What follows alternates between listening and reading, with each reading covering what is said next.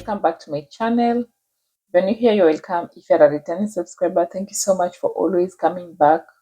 I really do appreciate you, and the new subscribers, I appreciate that a lot. So my name is Febine Awuor. I'm a Kenyan, and currently we live in New York, in the United States. Yeah, so this video was suggested by Chiko McKenna some 2 weeks ago. Yeah, Chiko McKenna suggested it, and yeah, here we are. We're doing it today because it's been a roller coaster with finding a spot to do it, and yeah, with everything, the newborn. Yeah, but you just take everything easy with time as everything goes. It becomes easier with time. Yeah, so she suggested that I do a video on the difference between giving birth in Kenya and versus here in the United States. Yeah, so here we are. Thank you so much, Shiko McKenna, for suggesting this video. I really do appreciate you as one of my subscribers and as someone that I love her content. She does these hauls videos, homemaking videos. Like if you need any plug on house items, silly stuff, just go to her channel, subscribe, and watch more of her videos. Like you'll enjoy, and you can also get some plugs for house items and everything that you need concerning household stuff. So she's good at it, and yeah, you'll enjoy. So go and subscribe, like, comment, and yeah, subscribe to her channel. So my firstborn, for my firstborn, I gave birth in Kenya, and for my secondborn, I gave birth in the United States. So that will be a great comparison depending on my experience with the whole thing, the whole birth, and just pregnancy and motherhood stuff. Yeah, so I'm a mom of two, and yeah, two girl and boy. My firstborn, I gave birth to her in Kenya in 2018. Yeah, and first I would say that this like I wrote some stuff here to guide me based on what I could remember. I wrote some stuff to guide me because when you give birth, you tend to like, I don't know if it's like some kind of amnesia you kind of get. I don't know if it happens to everyone, but some people get it, especially with my firstborn. Kind of had amnesia, like you tend to forget a lot of things, even the simplest things. You tend to forget them, but it gets better with time. When I gave birth in Kenya, I started my antenatal clinics. No, prenatal. No, yeah. So I started my prenatal clinics at was it at 5 months? Yeah, at 5 months. Just because I wasn't aware of my pregnancy by then. Even though I had expected it since, what they expect anyway. So yeah, so I started my clinics at 5 months. Just because I wasn't aware. With the second pregnancy, I started at the first month, and I started my clinics in Kenya and arrived here when I was 26 weeks. Yeah, because the airlines usually they discourage traveling past 36 weeks. Yeah, past 28, 36. So when you are at 28 weeks, you have to get a doctor's letter and assessment. The doctors to assess you. When I was 22 weeks, I had to go for the 24 weeks. Yeah, I had to go for the assessment, and I was assessed, and yeah, the doctor confirmed that I was ready to travel. So yeah, but I just carried the report just to be sure to show to the Kenya Airways. Yeah, so I carried that. So I came here at 22 weeks, 26 weeks, yeah. And I stayed for quite some time before getting the, like, getting the appointment. Here they deal most with appointment. In fact, everything is an appointment. You have to make an appointment to get things done. So we were trying to get an appointment, but we couldn't get most of the facilities. They want you before 28 weeks. Yeah, so when we arrived, at first I couldn't get the appointment because I didn't have the insurance. So you get the insurance, and yeah, it eases the things so that maybe if the insurance pays a certain amount, if you need a co-payment, it's much easier. It's cheaper, by the way, when you have an insurance. So I couldn't get I had not gotten the insurance for the like 1 2 months. Yeah, so by then I was past 28 weeks. So I was past 28 weeks, and yeah, most of the facilities don't accept past 28 weeks. So now I had to like, we had the hassle of looking for facilities. Yeah, so my husband was making calls just to get the facility that will accept us. And finally, we got one, and I was so happy. I was so that day I was so happy. Yeah, because at least, as a mom, you are always just worried in you. You're carrying a human being in you. You're bringing a human being to life, so you are worried about their life. And you're worried about the life of the child you're bringing to. Yeah, so it's just too much. Yeah, so you just need that assurance that everything will be okay. Yeah, so when I got that appointment, I was so happy. And yeah, so that's when I started my prenatal clinics.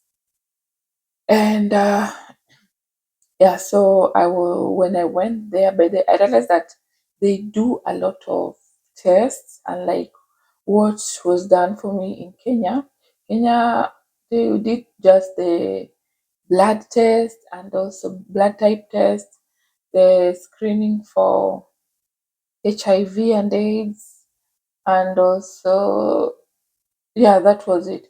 But here in the US, they did for me all other tests like the HIV, the STDs, the hereditary diseases in case, and also there was a form to fill on, perhaps if you are like, just to know if you have a family history of those hereditary diseases. Yeah, so I got to fill that form too.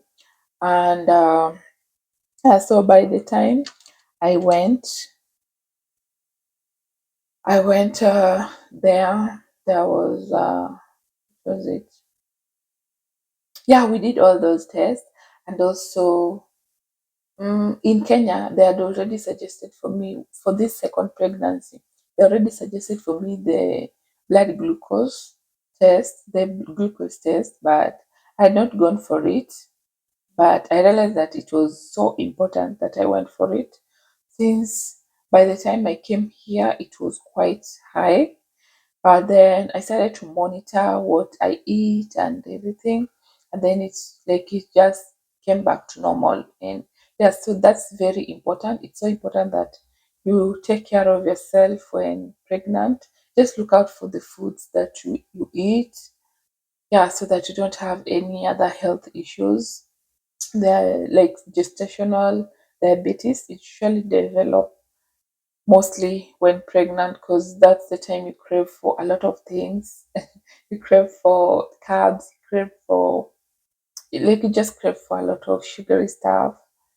Yeah, even though this pregnancy I didn't crave for sugary stuff, but most of the time there were carbs.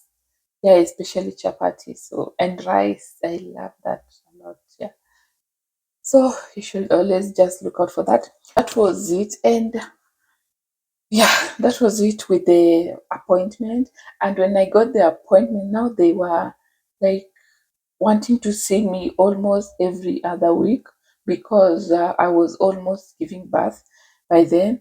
And the good thing about that is, you when you get the appointment, like when you get the hospital, they are the ones who will like schedule everything for you. You just choose the place of birth. Here in the United States, you choose the place of birth for your child, and register. They give you a form to register your the type of birth you want.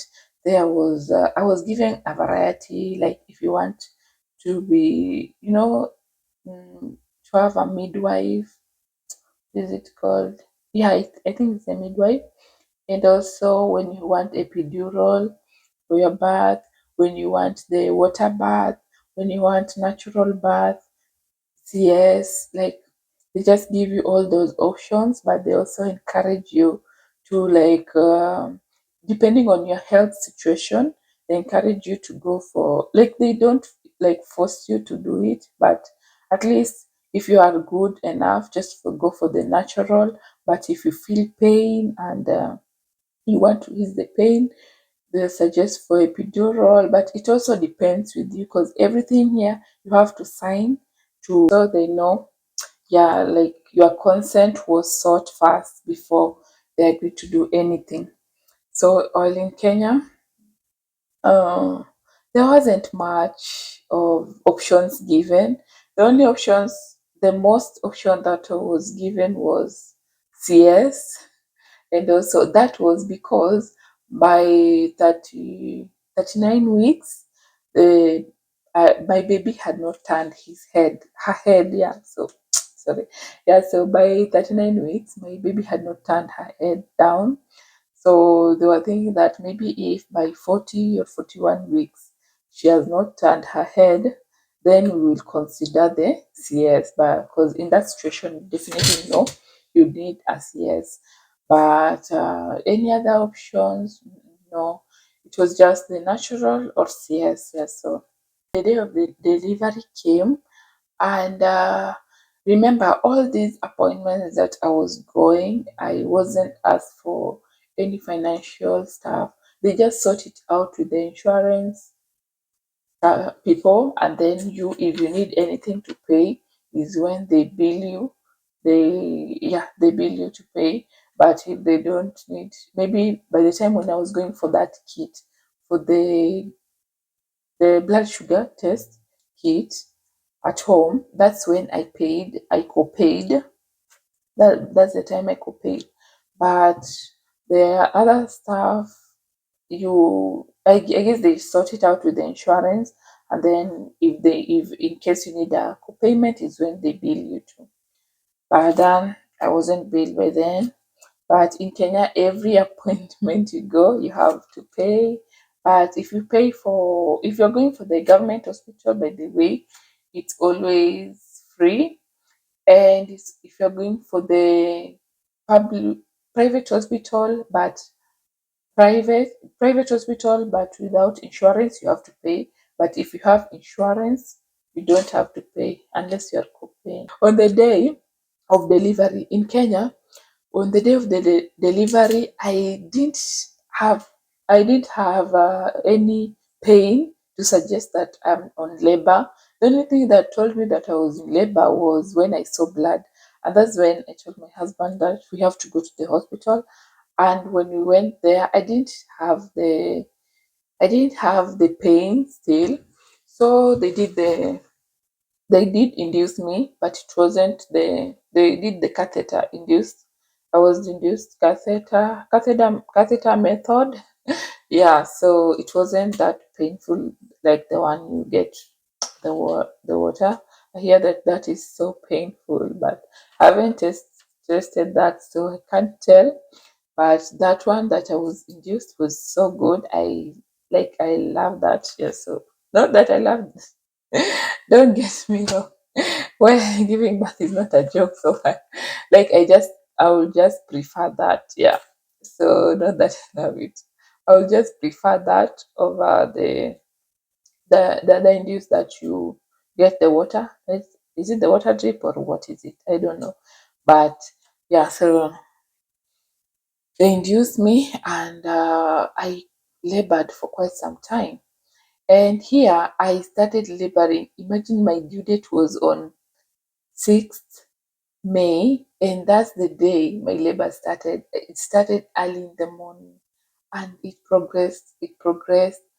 And here you call here in the United States, you call the nurse. No, you are gynecologist.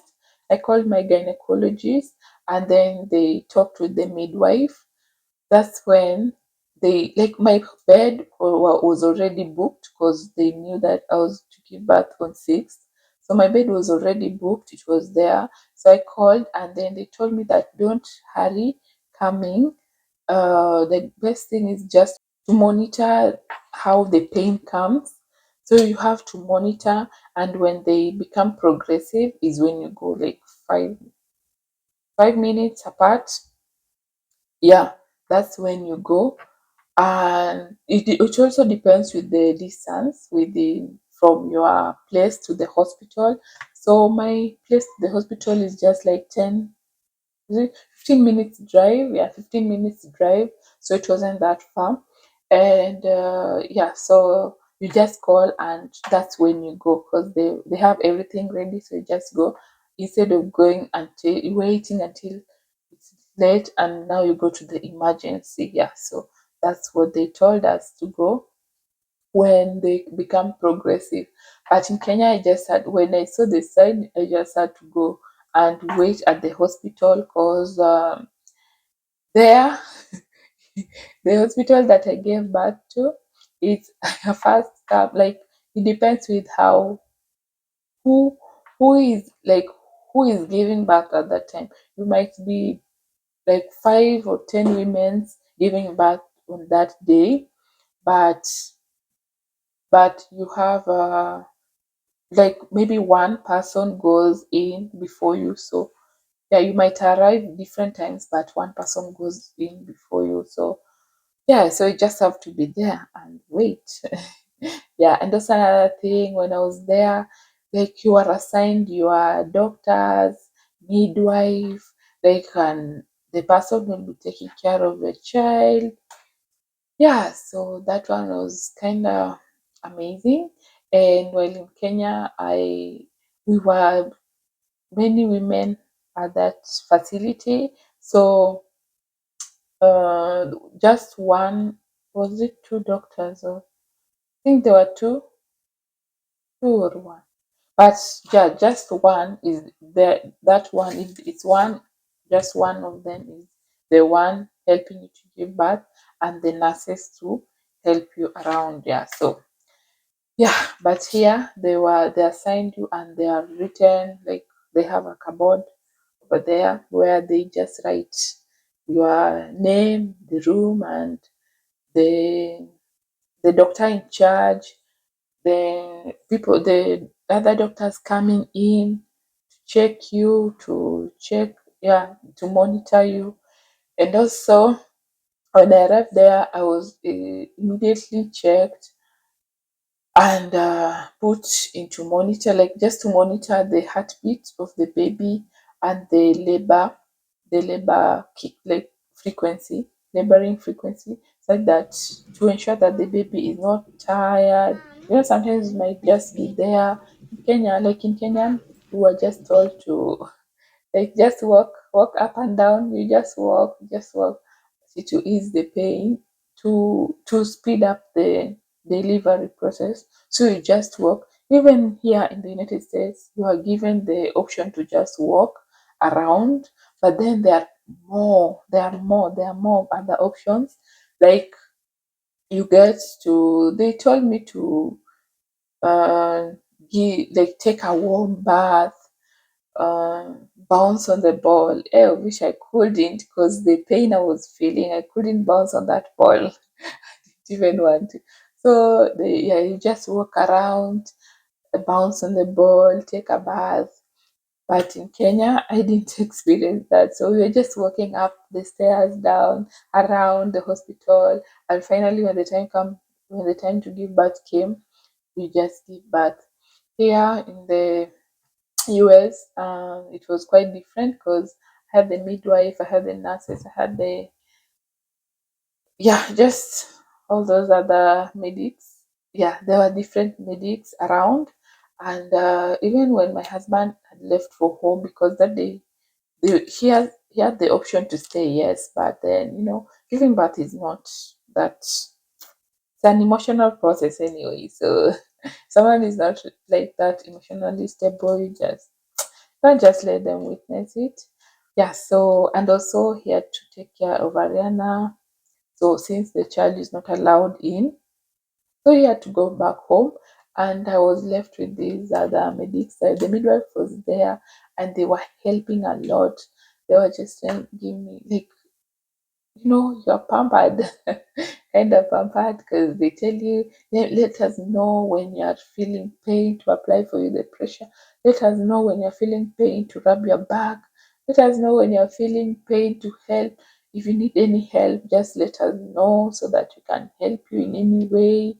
Like, I never felt alone. I never felt alone in that hospital. It was just like I felt so good. I felt so good. Yeah. So I really love that. Yeah, so that was it. And now the time came to give birth. I took a long bath to ease the pain, and that was just the best feeling ever. I could just sit in the bathroom and then like take the warm, hot, like not hot, warm shower, and just the feeling of it dropping, the water dropping on your back. It was just amazing because it relieves the pain to from a 10 to 5, because that pain is from a 10 to 5. Yeah, it relieves a lot. Yeah, and I really love that. And when the time to give birth came, I just, like they told me to, when I feel it's too much, I just go and sit on the bed and just be ready. But in Kenya, where after walking around the hospital, like up the stairs, down, then I felt the need to push, and then that's when you go to the bed, and then the doctor comes and you push. Yeah, so they were there, three of them, so they help each other out. And yeah, so there's this the head of them, yeah, kind of the midwife, yeah, who helps you to deliver. The others also help. There were three actually. Yeah, so if in case of anything, they're also ready to just help. And but most of the time you're just all push, push. That's all. But me, for the giving birth for the first time, and then you Google a lot of stuff and Google a lot of stuff. So sometimes I could even push without being told to push, and even without the ad, and that was really bad. So I was told, I just hold on, you're gonna push. So I could push, yeah, and then we're done. Yeah, so I gave birth, and then you take the baby, put for her the ointment, put in the eyes to prevent the eye infection, given the shot for vitamin K, yeah, and put on that lighting stuff that it's warm when wrapping the baby. Yeah, and here too, here you are given option to, if you want the ointment to be applied, or if you want the vitamin K, you have to sign them. So they ask you before you give birth. They ask you, would you like your child to be applied that? Would you like your child to be given a shot? Yeah, yes, yes. Because some people here, they don't like it. They don't agree. I don't know why, but as for me, if it's anything that will protect my baby, I'll go for it. Yeah. So they asked me, but they have to ask you. So they asked me, and then they give the baby, and they put him there. They measure his weight and everything. Yeah, even in Kenya too, they measure the weight and then put him her aside to, yeah, just check his vitals, check his weight, check his height, check his yeah, and also just the vital signs. Yeah, and that was it. In Kenya, after the delivery, they just gave me the shot to prevent the bleeding, and also the nothing happened after birth. I was okay, so they just stitched me. But then during that process of stitching, hey, I don't know if the the medicine they used to numb the place, I don't know if it was not enough or what happened, because the pain that came after, it was just like giving birth. So I don't know. Hey, even this time I was like, "Are you going to stitch me?" I'm not, because I remember that pain and it was just too much. So I think that it was not enough. Maybe I'm not sure, but this time, when giving birth to my second born, I had postpartum hemorrhage, and it happened so fast. It happened so fast. No one was prepared for it. I wasn't prepared. The doctors were not prepared for it. And then it just happened that after giving birth, I started losing blood. I'm losing blood. I could feel the gush of blood coming out. Like it was just too much. And throughout the whole time, I just remained calm. I don't know.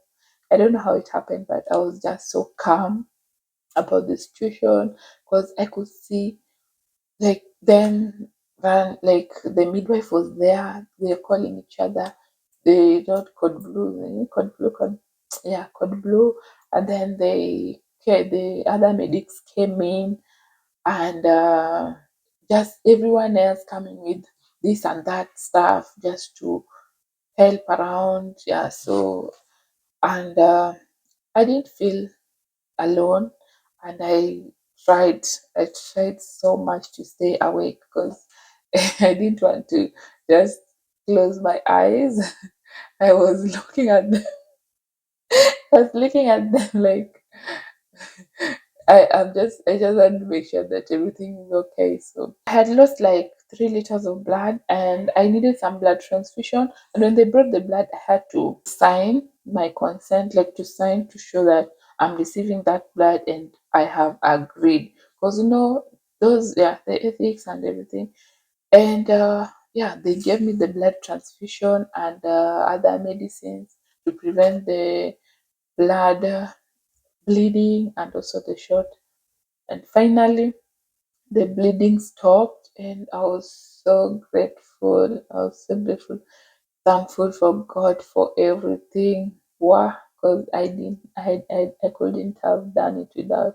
They couldn't have done it without God. So I was like, wow, thank you, God, for this. Because I don't know. It's the most terrifying thing that no one wants to experience anyway. Yeah, so that happened, and then we were done for that. So after all that was done, I was just alone in my room.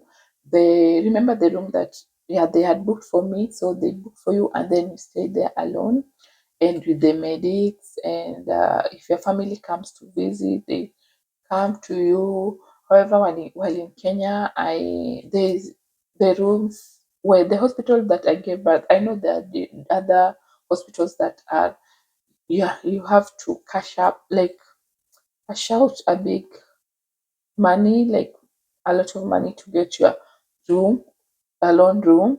So yeah, but the hospital that I give birth to, we were not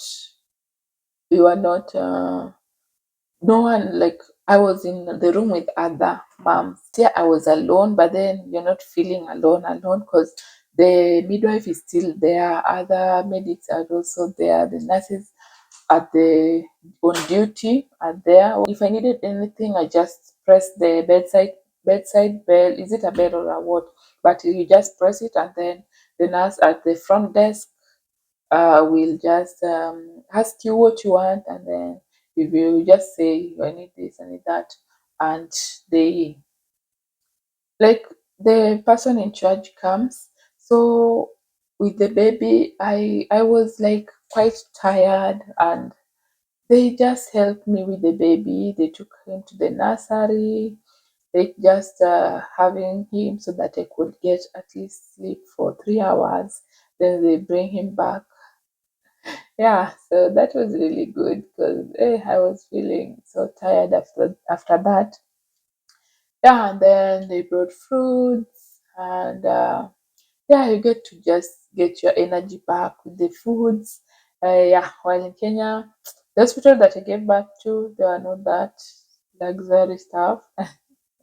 Yeah, after giving birth, I stayed there. We just stayed for 8 hours, just to 8 hours. If you don't have any complication, you just stay for 8 hours and then you go home. So you just had the breakfast. But yeah, since I had the hemorrhage, hemorrhaging, I lost blood, so I had to stay for like 2 days before being released to go home. And during that time, they are giving food, drinks, and you just call anytime so that they can bring you what you want, and also medications to ensure that by the time I leave the hospital, I'm okay. And also by that time, they check the baby. Yeah, so it's just like that, like that. Check the baby, they check you, they check the baby, they check you each time. Yeah, and so that by the time we're leaving, all of us are okay.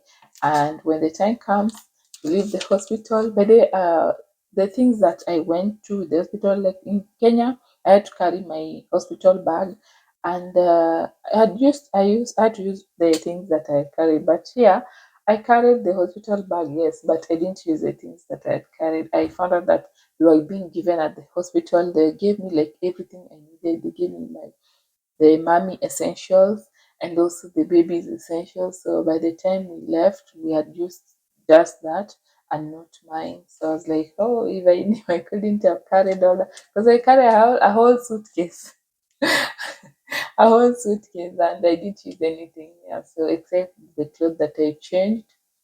Yeah, so that was a nice one. Yeah, so the time for discharge arrived, and so yeah, you don't get discharged without a car seat. A baby has to be on the car seat so that you leave the hospital. So we had brought the car seat, and yeah, but in Kenya, just leave. No rules like car seat or not, because you'll be holding your baby, but if you want to buy a car seat, you can just buy, no biggie. But and by that time, I couldn't even afford it, so I couldn't have bought it anyway. So we just left the hospital with my baby and then got it in the cab and went home. Yeah, so, but here we had bought the car seat early prior. So before being discharged, I was given different medics were coming, different of them were coming in the room. This one come, they like for the nutritionist, the pediatrician, the lactation, for mental health, like different of them were coming, and you can even lose count of who is coming, who is not coming, because everyone is coming, and each of them is giving you this information that you need to know. You need to do this, you need to do this, and they leave you with maybe the booklet for the lactation. They leave you with the booklet, and also for the mental health. And new moms, you can fall into depression anytime. So yeah, mental health matters a lot. So they will come in, check on me, check on the baby, like just ensure that we are okay, and also like each of them talk to me and tell me what to do. And yeah, so before discharge, I'm given this education, patient education, just to know what to be on the watch out for. Yeah, in case I feel this, I call, like that, like that. Yeah, so yeah, but in Kenya, once the discharge arrived, we were just discharged and we go home. And also another thing in here is that even at that time, there is a 6 weeks postpartum check, like for mom. Then that for babies, it's from 1 month, like the 1 month wellness checkup. The 1 month they don't receive the vaccination of any kind, except the one that he had received in the hospital. So, but during the other times, we just go for the hospital for the wellness check all that time for the 3 days. So within 3 days of giving birth, you take the baby to his pediatrician. Each baby has their pediatrician. So my baby and Ariana have their pediatrician, the same pediatrician. But if he's not available, they also give you another one. The same way I had my gynecologist. If she's not available, they give me another gynecologist who is available at that time so that you can meet your appointments because time is crucial. Yeah, so we took him to the pediatrician and he checked his skin, he's checked all those tests are done, and then you can access them from the patient portal. Yeah, another good thing is that there's patient portal. So this patient portal, you just check your progress, your results, and everything. And also, if you have any question that you want to ask your pediatrician or your gynecologist, you just text them and they send the message to you. If you need to go to an emergency, they like tell you. If you need the medication, you just don't go to buy medication. They have to send the prescription to the pharmacy. Like here, most of the time they use CVS, so they send the prescription to the pharmacy, and that's where you get your medications. So you just go there and pick, say your surname, last surname, and they confirm the patient details, date of birth, and everything. And yeah, you get your prescription. So that was it. And also for the babies, yeah, it's just like that. You work from there. You work with the pediatrician to for the baby, and you work with the gynecologist, and that is it. However, while in Kenya, I didn't get to experience my part like as a mom. Like it wasn't done for me actually.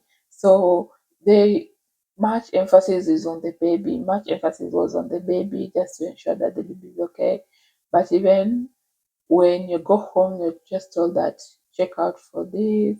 Like you just go and maybe if the baby check out for when the baby is crying too much and not eating, that's an alarm. You can go to the hospital, and also you when you're bleeding, or yeah, that stuff. But there's nothing much maybe for the doctor. Some babies develop jaundice after 3 days or yeah of birth.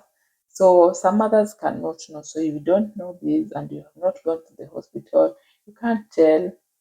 So I think it was so important that we went, and I'm so glad that we did it. And also for my postpartum check, we went, and also took that the depression scale.